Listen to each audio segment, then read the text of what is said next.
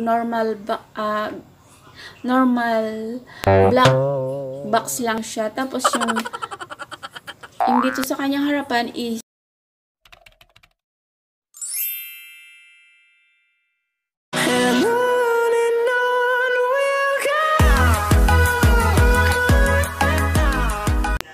Hi guys, welcome back to my channel. It's me, Jenilyn, and if you are new on my channel, please subscribe if you haven't yet, and give me a thumbs up if you like this video, and pakihit na rin ang bell button para sa tuwing ako ay mag-upload ng bagong video is mano-notify kayo.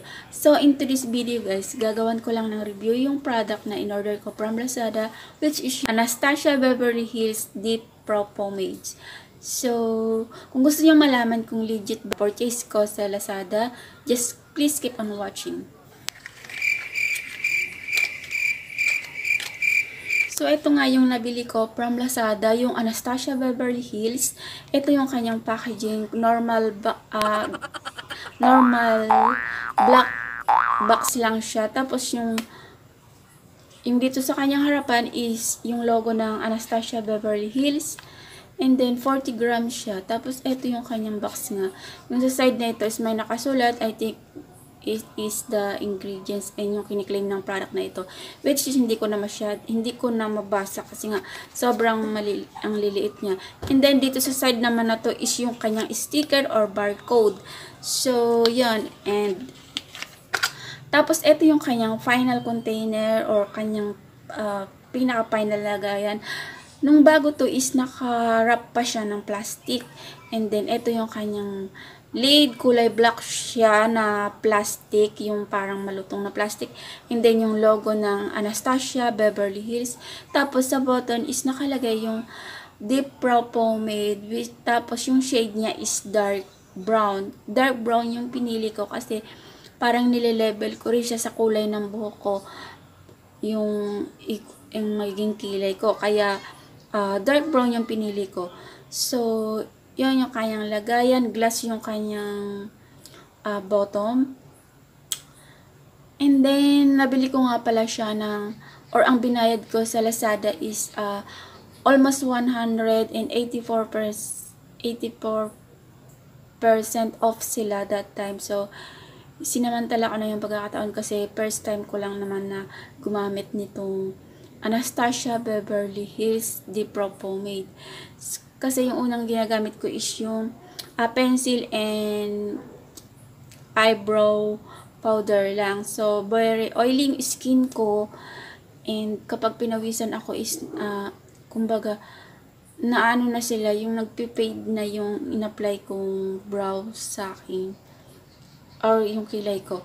So, and napanood ko yung ibang nag-review and gumagamit ng Anastasia Beverly Hills Deep Pro Pomade is ang gaganda ng kanilang feedback kasi nga very pigmented siya. So, yan lang ang kanyang packaging. Very handy siya and pwedeng-pwede nyo siyang dalhin sa inyong pag may lakad kayo or travel. So, gustong-gusto ko yung kanyang packaging kasi ang cute niya. So, start na natin yung kung paano ako magkilay gamit ang Anastasia Beverly Hills Deep Pro Pomade. Yan yung itsura ng aking eyebrow kapag walang products na nakalagay sa aking eyebrow. And medyo manipis siya. And yun, wala siyang korte pababa. Tapos, yung gagamitin kong brush is dalawa. Itong brush na to, yung ayan, spoolie. And then yung angular brush na pang eyebrow talaga. So, yun yung dalawang brush na gagamitin ko. Ang una kong gagawin is tawag dito, susuklayin ko muna or susuklayin ko muna ang aking eyebrow para ma-in-place siya. And then, itong gagamitin ko.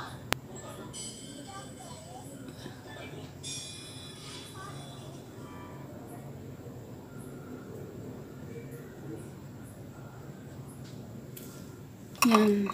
And then, next is, apply na natin yung Anastasia Beverly Hills Deep brow pomade. Yung kulay nito is, yung shade nito is dark brown. So, dito muna ako mag-start sa taas. Ito lang kasi yung yung gusto kong lagyan ng korte. So, depende naman yun sa inyo kung saan nyo gustong mag-start. Pero ako, dito ako mag-i-start sa medyo pagitna na.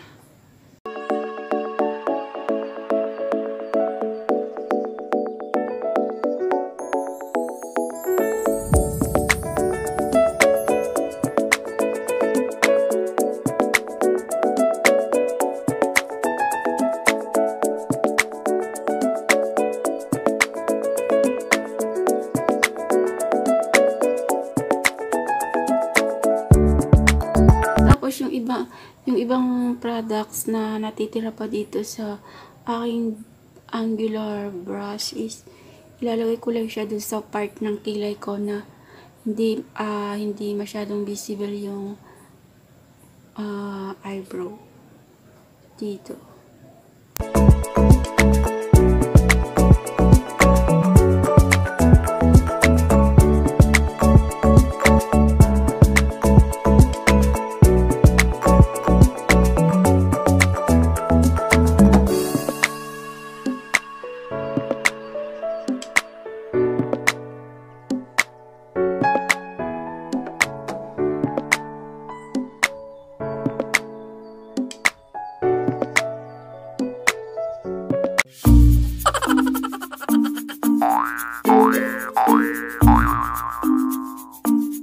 So guys, this is my final look yung sa paggamit ko ng Anastasia Beverly Hills Deep Pomade.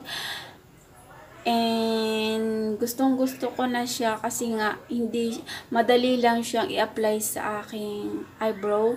And then very pigmented siya. Kahit konting product lang yung ilagay ko sa aking angle, dun sa aking brush is masyado na siyang kumukulay or or nag-a-appear doon sa aking eyebrow. So, kung i-rate ko siya ng 1 to 10, bibigyan ko siya ng 9 kasi nga sobra ko na siyang nagugustuhan and ibang-iba talaga siya doon sa mga una kong ginagamit. And yun, doon sa mga baguhan na nagsisimula pa lang maggawa na kanilang eyebrow. So guys, eto yung pinaka maganda or pinaka the best na pangkilay. So that's for all this video guys. Thank you so much for watching and I hope you like this video. And if you like this video, give me a thumbs up and yeah, see you on my next one. Bye.